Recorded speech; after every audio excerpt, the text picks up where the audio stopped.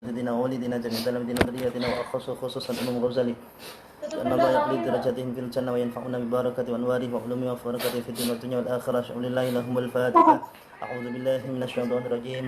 بسم الله الرحمن الرحيم. الحمد لله رب العالمين الرحمن الرحيم مالك يوم الدين.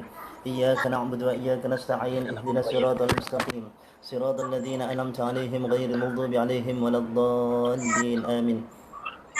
بسم الله الرحمن الرحيم. عنوان معرفة النفس.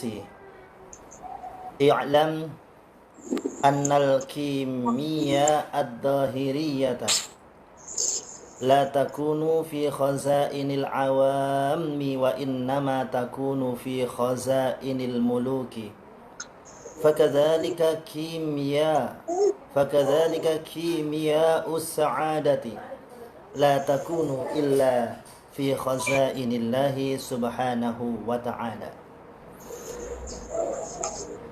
Unwanu ma'rifatin nafsi. Unwanu utawi piro-piro maceme. Ma'rifatin nafsi, mengetahui diri sendiri. Bab yang pertama adalah macam-macam mengetahui jati diri yang terletak dalam diri kita. Imam Ghazali memulai dari mengetahui diri sendiri. Karenanya orang yang sudah tahu akan dirinya sendiri, man arafa nafsa faqad arafa rabbah. Barang siapa yang mengetahui jati dirinya, maka seseorang itu akan tahu terhadap Tuhannya. I'lam ruh sapa sira. I'lam, ketahuilah. Kita disuruh untuk mengetahui jati diri kita. Saya terangkan per kalimat, tiap-tiap kalimat kami terangkan ya, biar tidak terlalu bingung dengan bahasanya kitabnya Imam Ghazali. Kita harus mengetahui diri kita sendiri. Bagaimana sih sesungguhnya diri kita? Wa kanal insanu ajula. Di dalam Al-Quran, sifat-sifat yang negatif yang terletak di dalam diri manusia itu diungkapkan oleh Allah Subhanahu wa ta'ala. Yang pertama, sifat negatif yang ada di dalam diri kita yang harus kita ketahui adalah wa kanal insanu ajula. Sesungguhnya manusia itu betul-betul suka tergesa-gesa, suka memaksakan diri. Sifatnya manusia itu adalah suka tergesa-gesa, terkadang memaksakan diri. Belum waktunya dipaksakan, belum saatnya dipaksakan, kemampuannya belum memumpuni dipaksakan. Ini adalah sifat daripada manusia. Dia belum layak untuk memperoleh sesuatu itu tetapi dipaksakan. Ini adalah sifat tergesa-gesa. Sifat tergesa-gesa adalah merupakan sifat negatif yang ada di dalam diri tiap manusia. Kemudian sifat yang disinggung di dalam Al-Quran yang harus kita introspeksi sehingga kita mampu untuk mengetahui diri kita adalah zoluman. Zoluman adalah sifat yang senantiasa mendolimi diri sendiri dan suka juga mendolimi orang lain juga. Suka mendolimi diri sendiri, suka mendolimi orang lain. Ini adalah termasuk sifat daripada negatif yang ada di dalam diri manusia. Terkadang Al-Quran mengatakan adalah jahula, yakni keadaan ketidaktahuan. Manusia ketika tidak tahu, mereka biasa-biasa saja, tidak mau belajar, tidak mau bertanya, dan lain sebagainya. Ketidaktahuan manusia ini merupakan sifat daripada negatif yang ada di dalam diri manusia. Kalla innal insana la yabghah. Sifat negatif yang ada di dalam diri kita selain itu yang disinggung dalam Al-Quran adalah suka melampaui batas, suka melanggar aturan-aturan yang sudah telah ditetapkan bersama. Itu adalah sifat negatif yang ada di dalam diri kita. Oleh karenanya, dari sifat-sifat negatif inilah nanti kalau dibiarkan begitu saja, sifat jahula, sifat ketidaktahuan dibiarkan begitu aja akan menjadi orang yang fasik. Terus kemudian sifat-sifat ajula, suka tergesa-gesa, maka diri manusia itu akan cilaka. Dalam kehidupannya tidak selamat dunia maupun akhirat, karena suka tergesa-gesa. Halu'a, suka keluh kesah, sehingga akan menimbulkan satu putus asa, menurunkan satu nilai akidah yang ada di dalam diri manusia. Doluman suka mendolimi diri sendiri, suka mendolimi orang lain. Ya, ini juga merupakan sifat-sifat yang nantinya ketika dikembangkan akan menjadi sifat yang kurang bagus. Sifat negatif jika ini dikembangkan kurang bagus, akan tetapi jika sifat negatif ini mampu untuk kita ketahui, maka kita tidak akan sempat untuk menilai daripada sifat negatif yang ada di dalam diri manusia lainnya. Oleh karenanya, sifat ajula, sifat jahula, sifat doluma, sifat halu'a, sifat layab'o, ini harus diketahui oleh seseorang manusia ketika dia ingin menjadi seorang salik yang sungguh-sungguh, seorang yang suluk sungguh-sungguh. Ini harus mengetahui ini semuanya, sifat-sifat yang ada di dalam diri kita merupakan sifat yang negatif. I'lam annal kimia al-dhahiriyah, kimia al-dhahiriyah, kimia itu ilmu yang proses melalui rumus-rumus yang sangat dirahasiakan, itu kimia. Ad-dhahiriyati kang bangsa dhahiriyah, yang nampak. Ya. Jadi sesungguhnya kimia yang nampak, ilmu-ilmu dhahiriyah yang nampak, iku la takunu. Iku la takunu ora ono apa kimia ud-dhahiriyah. Iku fi khazainil awami, piro-piro perbendaraan iku fi khazainil awami, ing dalam piro-piro perbendaharaan atau simpanan, ya, atau simpanan orang-orang yang awam. Iku fi khazainil awami, ing dalam piro-piro perbendaharaan atau simpanan orang-orang yang awam. Wa innama takunu, lan angin mestini takunu ono sopo, rujuknya kimia ad-dhahiriyah. Takunu ono opo kimia ad-dhahiriyah iku fi khazainil muluki, eng dalam piro-piro perbendaharaan atau simpanan beberapa raja. Jadi pembahasan di dalam kitab ini sesungguhnya adalah bukan kimia ud-dhahiriyah, yakni rumus-rumus dhahiriyah, yang itu adalah rumus untuk memperkaya diri, atau rumus-rumus untuk menguasai perdagangan, atau rumus-rumus untuk menguasai dunia. Di dalam pembahasan ini adalah tidak seperti itu. Rumus-rumus itu yang bersifat dhahiriyah itu yang sangat sulit sekali, yang sangat disimpan untuk meraih kekuasaan, itu adalah kimia-kimia yang dhahiriyah, ya, ilmu kimia yang dhahiriyah, yang justru ketika ini diungkapkan, ini diterapkan sama manusia, maka akan menimbulkan masalah besar, ya. Ilmu kimia dikembangkan untuk membuat virus, mencelakai orang lain, ya, untuk demi meningkatkan satu hal tertentu, ya, untuk mencapai satu tujuan tertentu.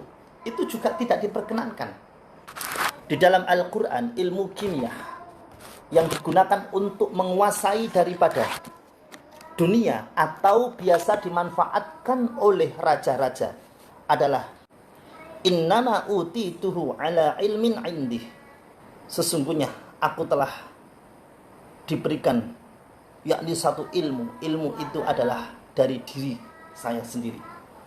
Manusia-manusia yang biasanya adalah memiliki kimia udzohiriyah itu suka mengklaim adalah dirinya lah yang mampu di dalam segala hal. Dirinya lah yang mampu dalam segala hal. Nah, ini adalah ungkapan dari Qarun. Qarun memang orang yang ahli kimia, sehingga dia mampu untuk menciptakan perdagangan yang sangat luar biasa. Sehingga dia mampu untuk berdagang yang sangat luar biasa, menciptakan hal-hal yang baru. menciptakan rumus-rumus baru di dalam ilmu pembikinan barang-barang yang itu tidak bisa dibikin oleh orang-orang lainnya, sehingga Qarun mampu menguasai perdagangan, mampu menjadi orang yang kaya raya. Oleh karenanya, bahasa ma'iyya indi, ya, bahasa ma'iyya indi itu tidak diperkenankan. Bahasa ini adalah bahasa Qarun.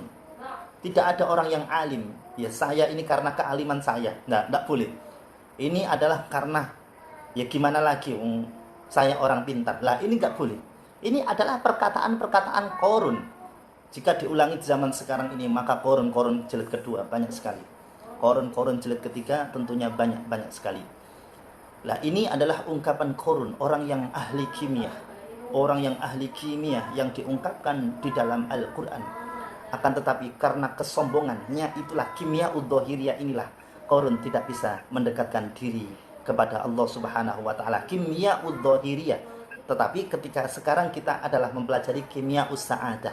Kimia us-sa'adah, yakni proses rumus-rumus rahasianya Allah yang membuat kita semuanya bahagia, baik diri pribadi maupun orang banyak. Kita mempelajari ilmu kimia us-sa'adah, bukan kimia udzohiriyah. Qarun itu orang pandai, agamanya bagus, intelektualnya luar biasa, ya. Agamanya bagus Qarun itu. Qarun itu adalah, dia termasuk putranya Yasar. Yasar itu adiknya Imron. Imron itu ayahnya Nabi Musa. Jadi Qarun sama Musa ini masih sepupuan. Ya, ayahnya Yasar itu adiknya ayahnya Nabi Musa yang bernama Imron. Ya, Imron, anaknya Imron. Imron beserta dengan Yasar ini adalah anaknya Kohit. Kohit adalah anaknya Lai. Lai itu adalah anaknya Nabiullah Yakub atau kakaknya Nabiullah Yusuf. Lai itu Lai adalah putranya Yakub alaihi salatu wassalam. Jadi Qarun masalah agama juga pandai. Gus Qarun. Ya lumayan Gus Qarun. Ya cucunya Nabi. Ya cucunya Nabi, bukan cucunya kiai, ya cucunya Nabi. Qarun itu pandai sekali. Akan tetapi Qarun menggunakan ilmunya adalah al-kimya udzohiriyah.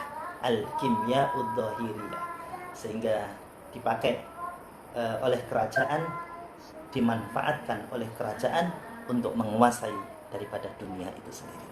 Fakadzalika mengkono innama takunu fi khazainil muluk kimia us-sa'adati utawi kimia us-sa'adah, proses rumus-rumus rahasia untuk kebahagiaan. Fakadzalika mengkono innama takunu fi khazainil muluk kimia us-sa'adati utawi kimia us-sa'adah, proses atau rumus-rumus rahasia untuk kebahagiaan. Iku la takunu ora ono apa kimia us-sa'adah. Iku la takunu ora ono apa kimia us-sa'adah. Kejaba, tidaklah ada di dalam kimia us-sa'adah kecuali kita mempelajari kimia us-sa'adah itu adalah fi khazainillahi subhanahu wa ta'ala. Fi khazaini, ing dalam perbendaharaan atau simpanan. Fi khazainillahi subhanahu wa ta'ala, ing dalam simpanan Allah subhanahu wa ta'ala. Kimia us-sa'adah adalah satu hal pembendaraan atau simpanan dari Allah subhanahu wa ta'ala. Fafis samai, maka iku ing dalem langit, jawahirul malaikati utawi zat malaikat atau esensi para malaikat.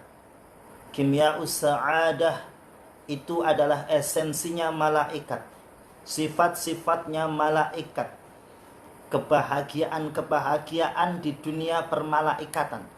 Wa fil ardi lan iku ing dalem bumi. Wa fil ardi lan iku ing dalem bumi. Qulubul awliya'i utawi pira-pira atine wali-waline Allah, al-arifina kang ma'rifat kabeh. Jadi kimia us-sa'adah itu adalah proses atau satu yang bersifat rahasia yang itu menuju kepada kebahagiaan. Proses menuju kebahagiaan kimia sa'adah itu mampu diperoleh. Bagaimana caranya? Yang sebagaimana para malaikat itu mendapatkan kimia sa'adah. Para wali-walinya Allah yang ma'rifat semuanya mendapatkan kimia sa'adah. Para nabi-nabinya Allah semuanya itu mendapatkan kimia sa'adah. Orang-orang mukmin semuanya mendapatkan kimia sa'adah. Bagaimana cara memperolehnya? Fakullu man moko utawi sekabehane wong kala bakang mencari sapa man hadhil kimia ing ikilah kimia hadhil kimia ing ikilah kimia min ghairi hadratin nubuwati saking ora tanpa hudure kenabian. Jadi ilmu kimia sa'adah yang tidak didasarkan dengan kenubuahan, maka ilmu itu tidak akan bisa memberikan rasa bahagia. Ilmu yang didapat tidak berdasarkan dengan sanad para nabi-nabinya Allah Subhanahu wa taala, maka itu adalah ilmu yang tidak bahagia. Seperti yakni mempelajari agama dengan filsafat. Makna cinta, tetapi cinta ditinjau dari segi filsafat. Maka bukannya orang ini mendapatkan sa'adah, kimia sa'adah, tetapi orang ini justru malah jauh sama Allah Subhanahu wa taala. Yang dekat adalah segala sesuatu disandarkan kepada Nabi sallallahu alaihi wasallam, maka segala ilmu itu akan bersifat kimia sa'adah. Faqad akhta'a, mongko teman-teman salah. Faqad akhta'a lan teman-teman salah sapa man. Seseorang itu betul-betul salah jika ilmu itu tidak disandarkan kepada Rasulullah sallallahu alaihi wasallam, mengarang-arang sendiri, ya. Mengarang-arang sendiri. Rasulullah tidak bermaksud adalah hilangnya virus adalah di bintang ini, tapi mengarang-arang sendiri, ya. Mengarang-arang sendiri, ilmu-ilmu mengarang-arang sendiri tanpa ada dasar yang kuat dari Rasulullah Shallallahu Alaihi Wasallam, ya maka berbahaya sekali. Akhtoa faqad akhtoa mongko teman-teman salah sapa man at-tariqah ing pira-pira dalan wa yakunu lan ono apa amaluhu perbuatane man iku kadinari kaya dinar, uang dinar. Al-bahraji kang palsu. Orang yang belajar tanpa disandarkan kepada Nabi, kata Imam Ghazali, adalah seperti uang palsu.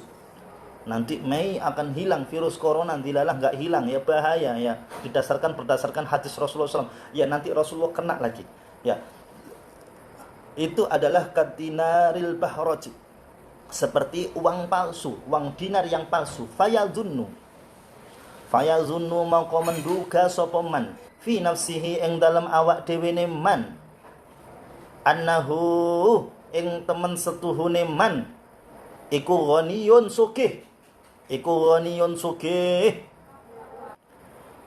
wa huwa utawi yoman iku muflisun bangkrut fil qiyamati ing dalam dina kiamat.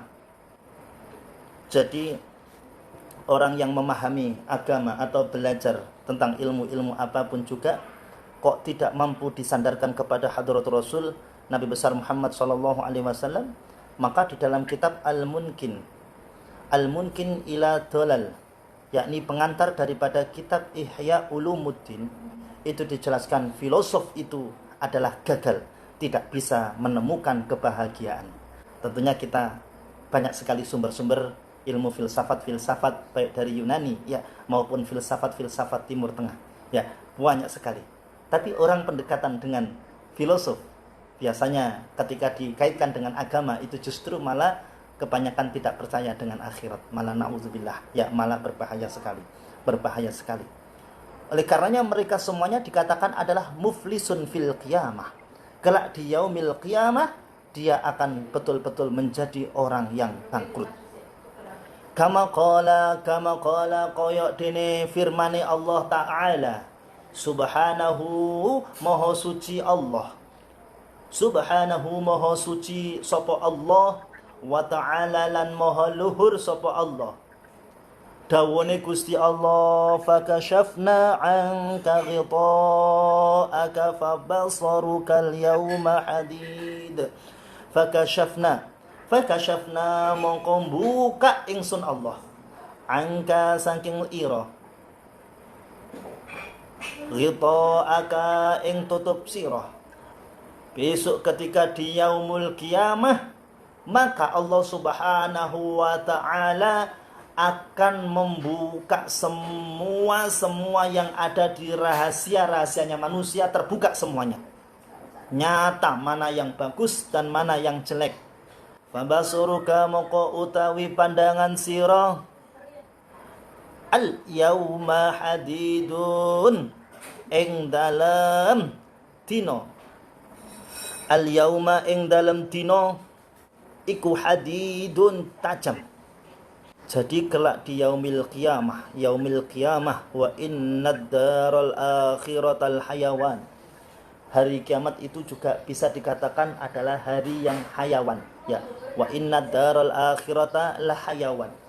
Adalah hayawan. Hayawan itu maknanya adalah bisa yang pertama hayatul ibadiyah, ya. Yakni kehidupan abadiyah.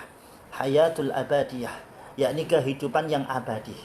Bisa bermakna kehidupan yang abadi.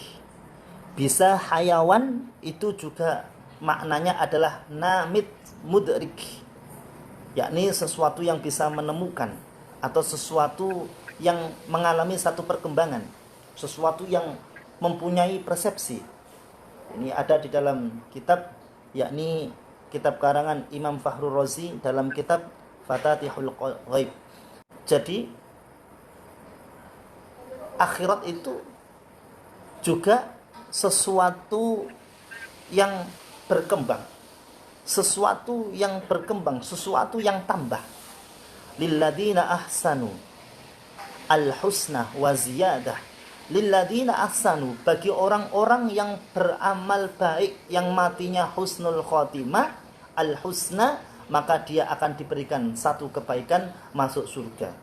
Wa ziyadah, dan ditambahi, yakni bisa ilal liqa'i rabbih, yakni bertemu dengan Allah Subhanahu wa ta'ala. Jadi makna hayawan bisa bermakna adalah namid, sesuatu yang berkembang, ya, sesuatu yang bertambah.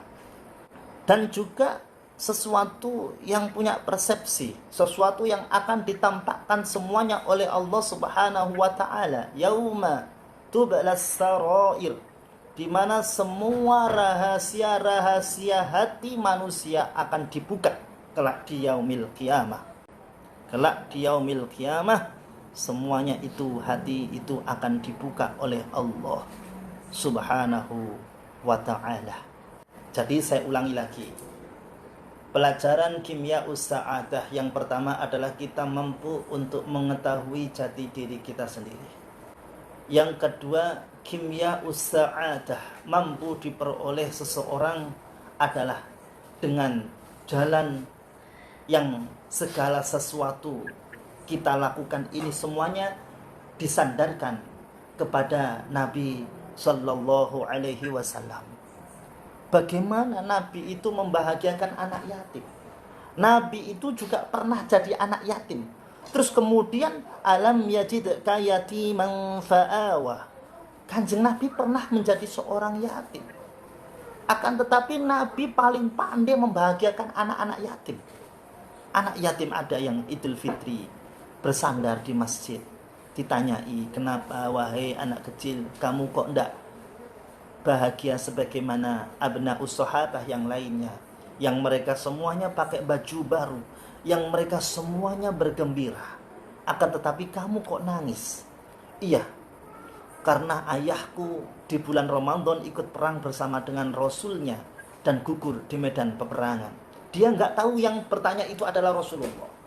Lalu anak kecil tersebut yang nangis itu dibelai oleh Rasulullah dan diucapkan, apakah kamu mau menjadi saudaranya Hasan dan Husain. Loh, ternyata dilihat itu adalah Rasulullah Sallallahu Alaihi Wasallam. Kemudian dibawalah anak kecil tersebut di rumah, ditandani sama Sayyidah Aisyah sampai rapi. Kemudian dibelikan oleh Sayyidah Fatimah yakni baju baru, sehingga mereka anak-anak yatim itu bahagianya mengalahkan mereka semuanya, dianggap sebagai anak angkat, putra angkatnya Rasulullah Sallallahu Alaihi Wasallam, sehingga mereka semuanya melebihi kebahagiaan putra-putranya para sahabat yang lainnya. Wahai putra-putra sahabat yang lainnya, teman-temanku, sekarang hari ini tidaklah ada yang lebih bahagia ketimbang bahagianya saya. Saya telah diangkat menjadi putranya Rasulullah Sallallahu Alaihi Wasallam. Jadi kalau Rasulullah anak yatim bisa membahagiakan anak yatim, ya bagaimana tingkah laku kita mampu untuk membahagiakan anak yatim? Ketika membahagiakan orang-orang miskin, idza da'al miskin ijabahu ijabatan muajjalah. Di dalam bahasa Simtuturor dijelaskan bahwasanya Rasulullah itu juga pernah mengalami kemiskinan. Tetapi Rasulullah itu bagaimana bisa membahagiakan orang-orang miskin? Tidak pernah. Ketika diundang oleh orang-orang miskin itu terlambat. Ketika miskin meminta atau mengundang Rasulullah Sallallahu Alaihi Wasallam, maka itu juga Rasulullah langsung cepat langsung datang. Idza da'ahu miskinu ijabahu ijabatan muajjal. Ya. Nah, ini adalah sifat daripada Rasulullah wasallam. Rasulullah pernah juga diancam pembunuhan. Akan tetapi di dalam Fathul Makkah, siapapun yang mengancam untuk membunuh Rasulullah Sallallahu Alaihi Wasallam tidak pernah dibalas sama Rasulullah. Tidak pernah dibalas oleh Rasulullah Sallallahu Alaihi Wasallam. Rasulullah juga pernah disihir oleh seseorang, yakni Labib bin Asam. Pernah disihir oleh Labib bin Asam, sehingga Rasulullah tahu kalau beliau itu disihir dan nggak mau berkata apapun. Karena jika beliau berkata A, maka yang terucap itu B. Jika berkata B, maka yang terucap adalah A. Oleh karenanya beliau terdiam dan memanggil sahabat Sayyidina Ali, memanggil sahabat Amr, ya, untuk meminta supaya beberapa sihir-sihir itu, ya, yang berupa tali, ya, tali itu untuk diambil dari sumur. Dan turunlah ayat, yakni ayat 11, qul a'udzu birabbil falaq min syarri ma khalaq wa min syarri ghasiqin idza waqab wa min syarri naffatsati fil 'uqad wa min syarri hasidin idza hasad qul a'udzu birabbin nas malikin nas ilahin nas min syarril waswasil khannas alladzi yuwaswisu fi suduril jinnati wan nas. Dengan ayat 11 inilah maka semua sihir yang ada di dunia ini tidak mungkin akan mampu untuk menyerang diri kita. Rasulullah sudah mengajari. Yang permasalahannya adalah diri kita. Sudahkah diri kita ini meyakini 11 ayat ini? Sudahkah di dalam diri kita, batin kita ini terpancar cahaya? Sudahkah betul-betul kita mengetahui jati diri kita sendiri? Kalau sudah kita mengetahui jati diri kita sendiri, mampu kita itu riyadhah sehingga terpancar mata batin kita, mata pikiran kita, maka ayat 11 cukup kita ucapkan, semua jenis sihir, ya, semua jenis sihir akan bisa dituntaskan. Oleh karenanya di dalam kimia sa'adah, selain mengetahui diri sendiri, yang kedua adalah menyandarkan segala sesuatu itu kepada hadratul Rasul Nabi besar Muhammad sallallahu alaihi wasallam.